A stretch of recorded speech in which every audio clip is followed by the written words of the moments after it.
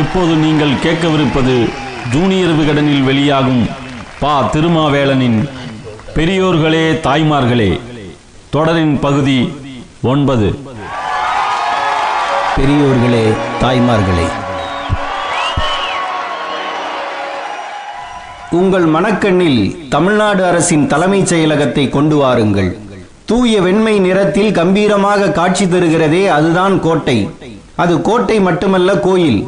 தமிழக மக்களின் தலைவிதி கண்ணுக்கு தெரியாமல் அரூபமாக அங்கேதான் சுற்றி கொண்டு இருக்கிறது.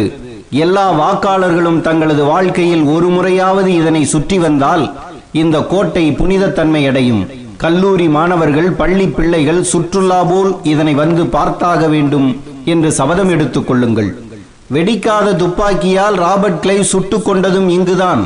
பட்டாக்கத்தி போன்ற தாமரைக்கனியின் மோதிரம் பட்டு சேலத்து சிங்கம் வீரபாண்டி ஆறுமுகத்தின் மூக்கு உடைந்ததும் இங்குதான். கோட்டையை கைப்பற்ற சாந்தோமில் இருந்து போர்ச்சுகீசியர்கள் பீரங்கியுடன் உள்ளே நுழைந்ததும் இங்குதான். கருணாநிதியை பட்ஜெட் படிக்க விடாமல் தடுத்த ஜெயலலிதா தலைவிரி கோலமாக வெளியேறியதும் இங்குதான். சென்ட் தாமஸ் மலையில் இருந்து பிரெஞ்சுக்காரர்கள் போர் தொடுக்க வந்ததும் இங்குதான். ஜானகி எம்ஜிஆருக்கு செல்வாக்கு உண்டா இல்லையா என்பதை நிரூபிக்க விடாமல் சமூக விரோதிகள் உள்ளே நுழைந்து தாக்குதல் நடத்தி பல எம்எல்ஏக்களின் மண்டையை உடைத்ததும் இங்குதான். கோட்டை யாருக்கு என்று ஒரே நேரத்தில் பிரிட்டிஷாரும் பிரெஞ்சுக்காரர்களும் டச்சுக்காரர்களும் குறிவைத்து தாக்குதல் தொடுத்ததும் இங்குதான். எம்ஜிஆருக்கு ஆதரவாக சபாநாயகர் கே.ஏ. மதியழகனும் கருணாநிதிக்கு ஆதரவாக துணை சபாநாயகர் விருதுநகர் சீனிவாசனும் ஒரே நேரத்தில் 2 சபைகள் நடத்தியதும் இங்குதான். குதிரைகள் ஓட்டமும் குண்டு சத்தமும் இல்லையே தவிர குண்டாந்தடியும் குழிப்பறிப்பும் தொடர்கிறது. பாதுகாப்பு அரண் அமைத்த கோட்டையில் இருந்து ஆட்சி நடத்தினாலே யுத்தம் செய்வது இயற்கைதானே. நாம் சும்மா இருந்தாலும் சுழியும் அகழியும் சும்மா இருக்க விடாதே. இன்றைய கோட்டைக்கு எதிரே பறந்து விரிந்திருக்கும் நீர்ப்பரப்புக்கு அன்றைய பெயர் கொரமண்டல் கடற்கரை, அதாவது சோழமண்டல கடற்கரை என்பதைத்தான் அப்படி ஆங்கிலேயர்கள் கோரப்படுத்தி இருந்தார்கள். ஆடை வியாபாரமும் அதற்கு அவசியமான பருத்தி உடையும் தேடி வந்த பிரான்சிஸ் டேவுக்கு மதராஸ் பிடித்து போனதற்கான முக்கிய காரணம் இங்கு ஓடிக்கொண்டிருந்த கூவம் ஆறு என்று கிளீன்ஃபோர்லே எழுதியிருப்பது கிண்டல் அல்ல. அந்த காலத்தில் இந்த நதிக்கு திருவல்லிக்கேணி ஆறு என்ற பெயரும் இருந்தது. அந்த ஆற்றை பிரான்சிஸ் டே பார்த்த நேரம் குளிர்காலமானதால் கரை புரண்டு ஓடிய நீரின் அழகில் அவன் மயங்கி போனதில் ஆச்சரியமில்லை. மற்ற நாட்களில் கூவம் நதி ஒரு சிறிய நீரோடை போல காட்சியளித்தாலும் பிரான்சிஸ் டே பார்த்த நேரத்தில் கூவம் உண்மையில் மணக்கத்தான் செய்தது என்று கிளீன்ஃபார்லே எழுதியிருக்கிறார். மேலும் பிரான்சிஸ் டேயின் காதலி சாந்தோமில் தான் இருந்தார். காதலியின் வீட்டுக்கு பக்கத்தில் போய் குடியேறுவது ஆதாம் ஏவாள் காலத்து வழக்கம். பிரான்சிஸ் டேயும் அதனையே பின்பற்றி இருக்கலாம். பழவேற்காடு முதல் சாந்தோம் வரையிலான கடற்கரையின் சில பகுதிகள் பூவிருந்தவல்லி வேங்கடபதியின் கட்டுப்பாட்டில் இருந்தது.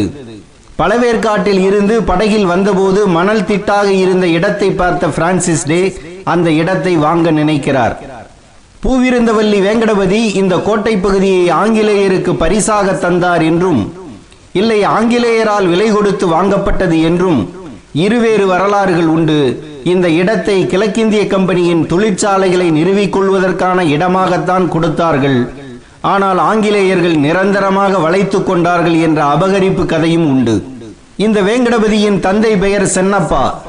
இடத்தை வழங்கிய வேங்கடபதி தனது தந்தையின் பெயரை இங்கே வைக்க வேண்டும் என்று சொன்னதற்காக சென்னப்பட்டணம் என்று பெயர் வைக்கப்பட்டதாக வரலாறு உண்டு.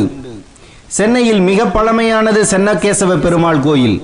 எனவே சென்னகேசவ பட்டணம், சென்னகேசவபுரம் என்று அழைப்பதும் ஆரம்ப காலத்திலேயே இருந்துள்ளது. சென்னகேசவ பெருமாள் கோவிலுக்கு அளிக்கப்பட்ட ஆவணம் ஒன்றில் சின்னப்பதம் என்பது ஊரின் பெயராகவும் இருக்கிறது.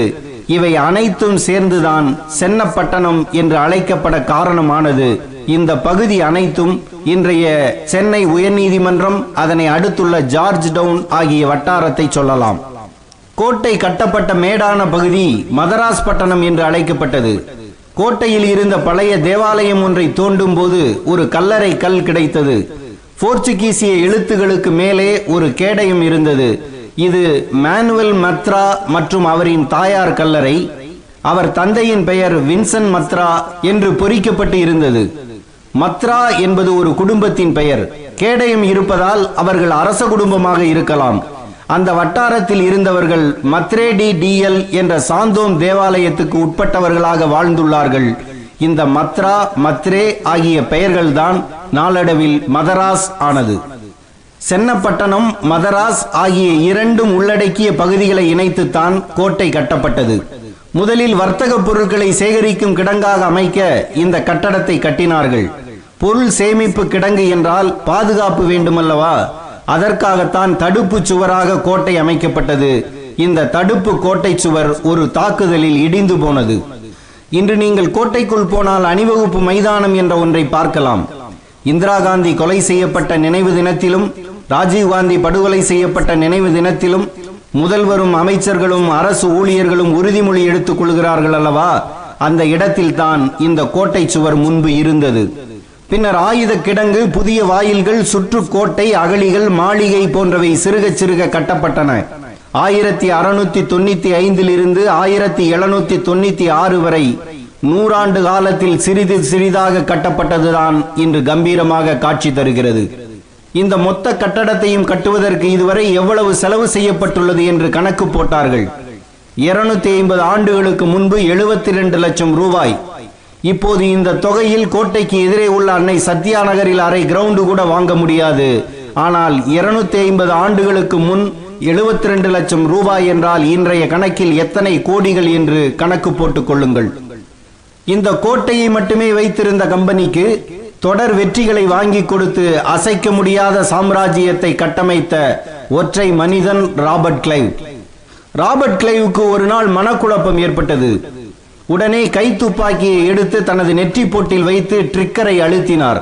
துப்பாக்கி இயங்கவில்லை. மீண்டும் அழுத்தினார், வெடிக்கவில்லை.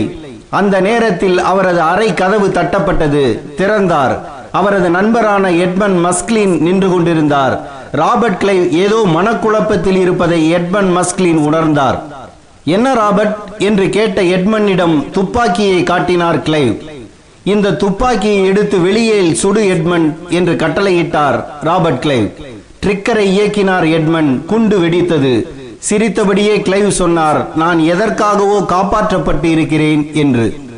வெடிக்கும் குண்டுகளால் கோட்டையை காப்பாற்றிய ராபர்ட் கிளைவை காப்பாற்றியது வெடிக்காத துப்பாக்கி.